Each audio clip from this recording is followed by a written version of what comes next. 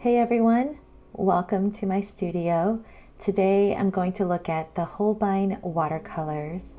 This video I want to show you how I swatch all of my colors and organize them in a palette. I am actually a brand ambassador for Holbein, but I bought this set with my own money. You can find all of my supplies at Jerry's Artorama at the links provided below.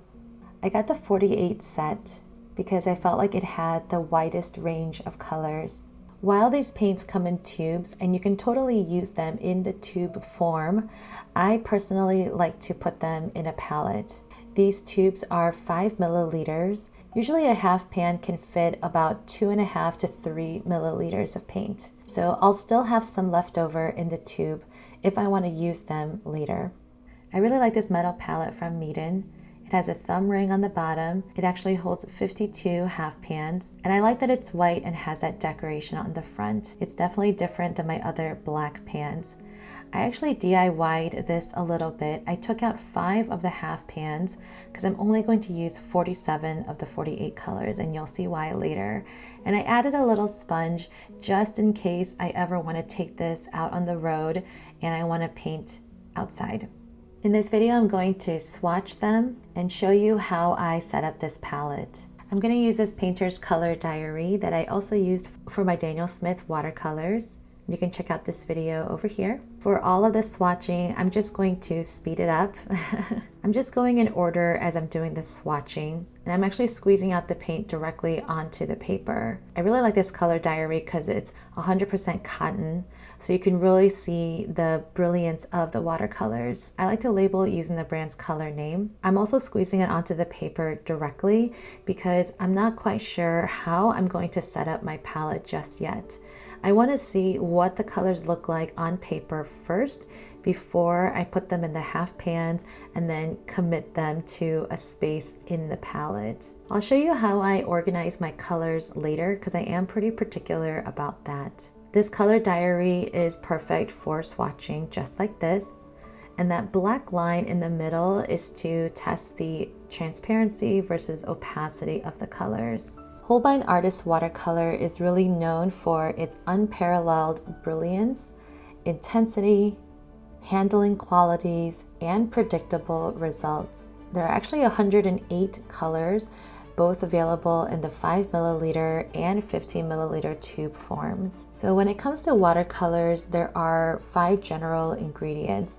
There's water, pigment, gum arabic, a glycerin, which is a moisturizer. The 5th one is oxgall, which is a wetting dispersant. Actually, fun fact, Holbein doesn't use oxgall. So the more oxgall a paint will have, the more it's going to be unpredictable, especially when you use the wet on wet technique. Have you ever felt like the paint is behaving uncontrollably?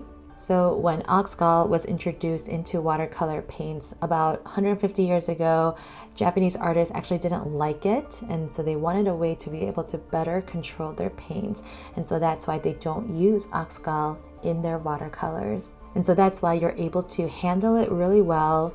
It is still going to spread because that is what watercolors does, but it's not going to be as unpredictable. Holbein Artist Watercolor is also known for its ability to not deteriorate, whether it's in the tube or in the palette, and it's going to be able to re-wet in your palette instantly. And I'm definitely going to test this as I continue to use the finished palette later. Yeah, so far I am just loving all of the colors. I do just see how bright and vivid and beautiful these colors are. As I'm painting them, I really do have a lot of control, and even though I do add some water to my brush as I'm trying to create the gradient, I don't feel like the paint is running away from me or that I'm having a difficult time controlling it. I have a lot of similar colors in my other palettes by Lucas and Daniel Smith, so I can definitely see myself using a lot of these colors over and over again. I like how the tubes come in these little boxes within the bigger box. It's nice to keep it really organized.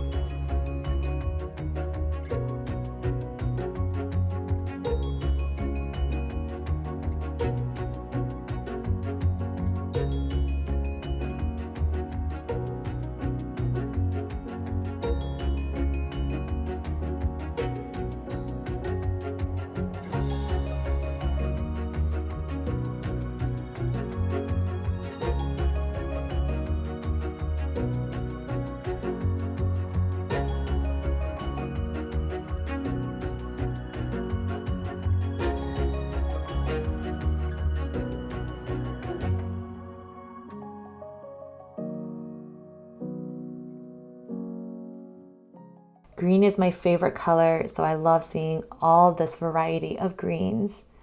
There are actually greens in this set that I've never used before, so I'm pretty excited to, dive into them.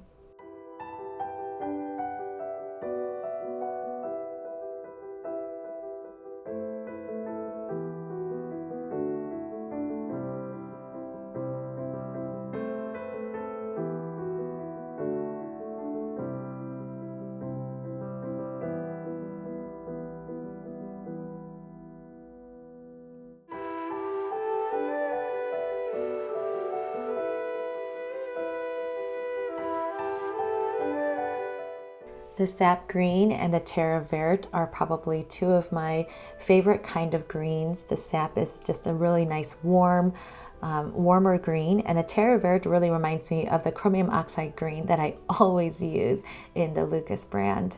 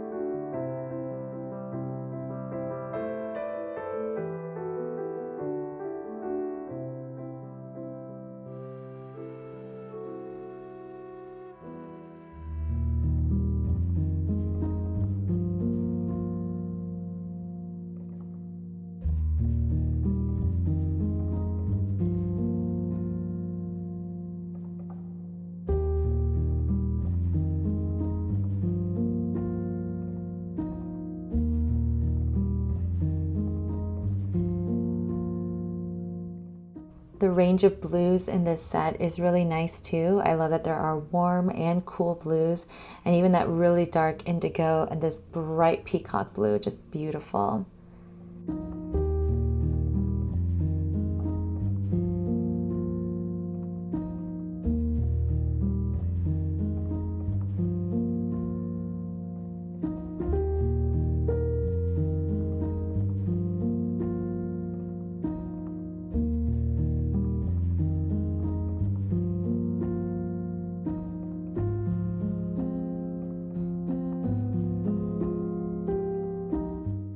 I really like it when there are pinks in a palette because it can be hard to mix pink, even though I know it's just as easy as watering down a red, but it's always good to have just a fresh tube of it.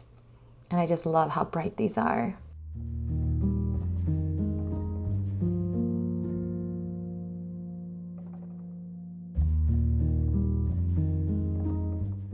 All right, on to the second page as I finish off the swatching.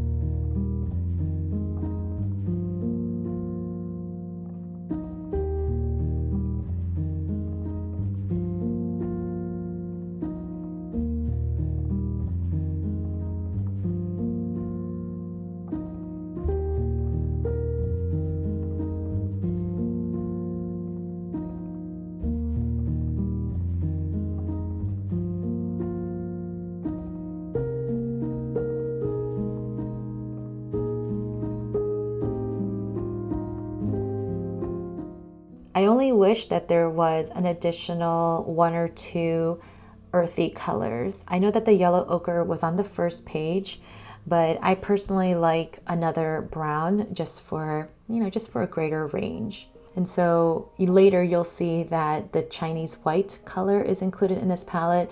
I personally don't like using the color white with watercolors. I use white gouache all the time, but I don't necessarily use white watercolor. So instead of the white watercolor, I wish that they added another earthy color.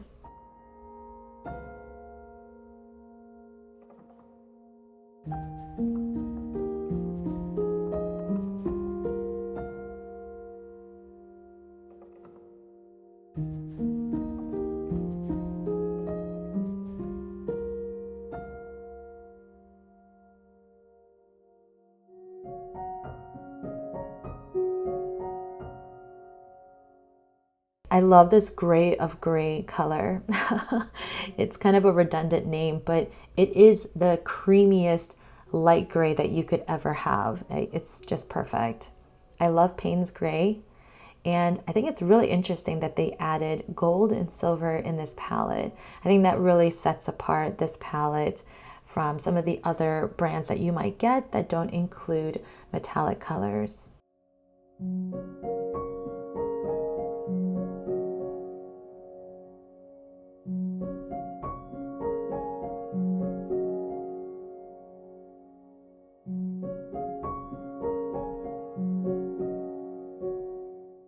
All right, so that concludes all of the swatching. So the next thing I like to do is then take these colors, really look at them, study them, and then sort them into cool colors and warm colors. And by that, I don't mean all the reds and orange and yellows on one side and all the green, blues, and purples on the other side. I'm gonna look at every single color and determine whether they have cool or warm undertones. So for example, in the reds, if they tend to look more orange, I'm going to put them on the warm side. And if they look a little bit more bluish, then I'm going to put them on the cool side. Same thing with the yellows, greens, blues, all of that. I want to look at whether they have a cool or warm bias, and then I'm going to organize them that way. The reason is because when it comes to mixing colors, you want to be careful of whether you're mixing warm undertones together or cool undertones together, because that could affect how your colors turn out. And if you want to learn more about mixing colors, you can check out my 2 classes on Skillshare on how to paint grays and how to paint greens.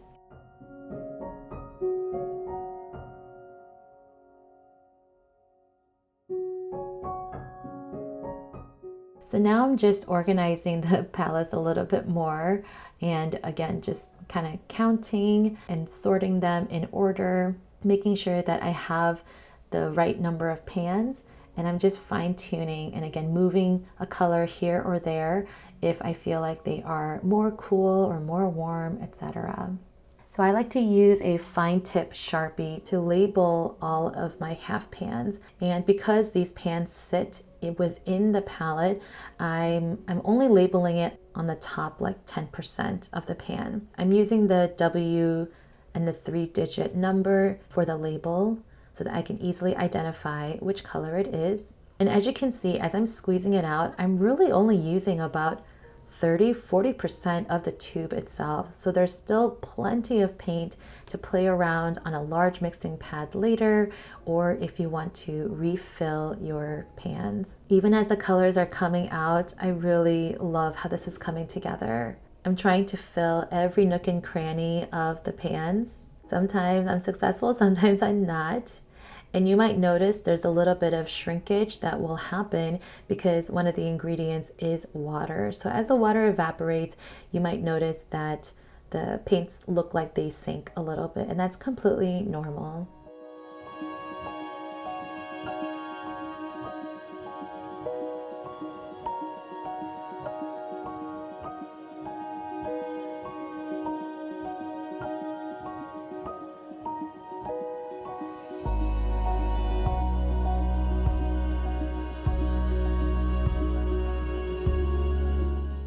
You can already see as you compare the left and right side. The left side is where all of my cool colors are, and the right side is where all of my warm colors are.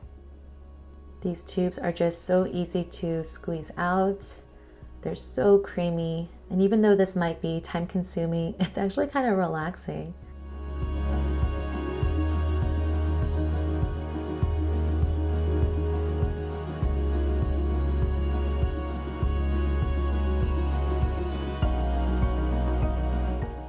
And there's the finished product. I'm gonna put all the tubes back into the original box. I'm gonna pop this palette inside the case, and that's it. Well, thanks so much for watching this video. If you like this video, please subscribe to my channel and leave a comment with one of the colors that really caught your eye, or if you use Holbein, let me know why you love it so much. Can't wait to hear from you. Remember, you can get all of these supplies, including the Painter's Color Diary from Jerry's Artorama. Please use the link in the description box below, and I'll see you next time. Bye.